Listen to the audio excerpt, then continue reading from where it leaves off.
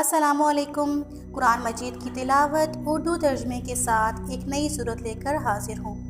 अगर आप कुरान पाक की मज़ीद सूरतें भी उर्दू तर्जमे के साथ सुनना चाहते हैं तो मेरे चैनल को लाइक, सब्सक्राइब और शेयर करना मत भूलिएगा और साथ में लगे बेल आइकन को भी लाज़मी प्रेस कर लें ताकि अपलोड होने वाली हर नई सूरत का नोटिफिकेशन आपको मिलता रहे। शुक्रिया।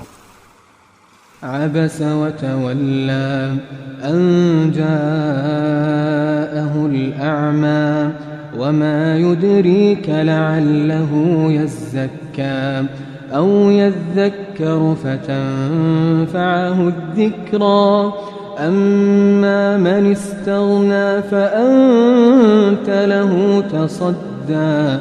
وما عليك ألا يزكى وأما من جاءك يسعى وهو يخشى فأنت عنه تلهى كلا إنها تذكرة فمن شاء ذكره في صحف مكرمة مرفوعة مطهرة بأيدي سفرة كرام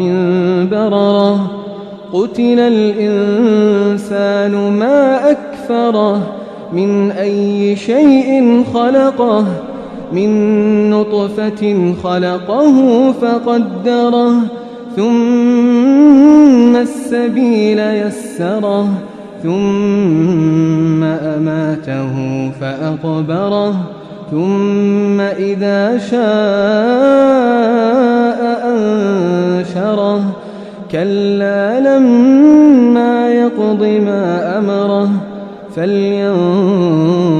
الإنسان إلى طعامه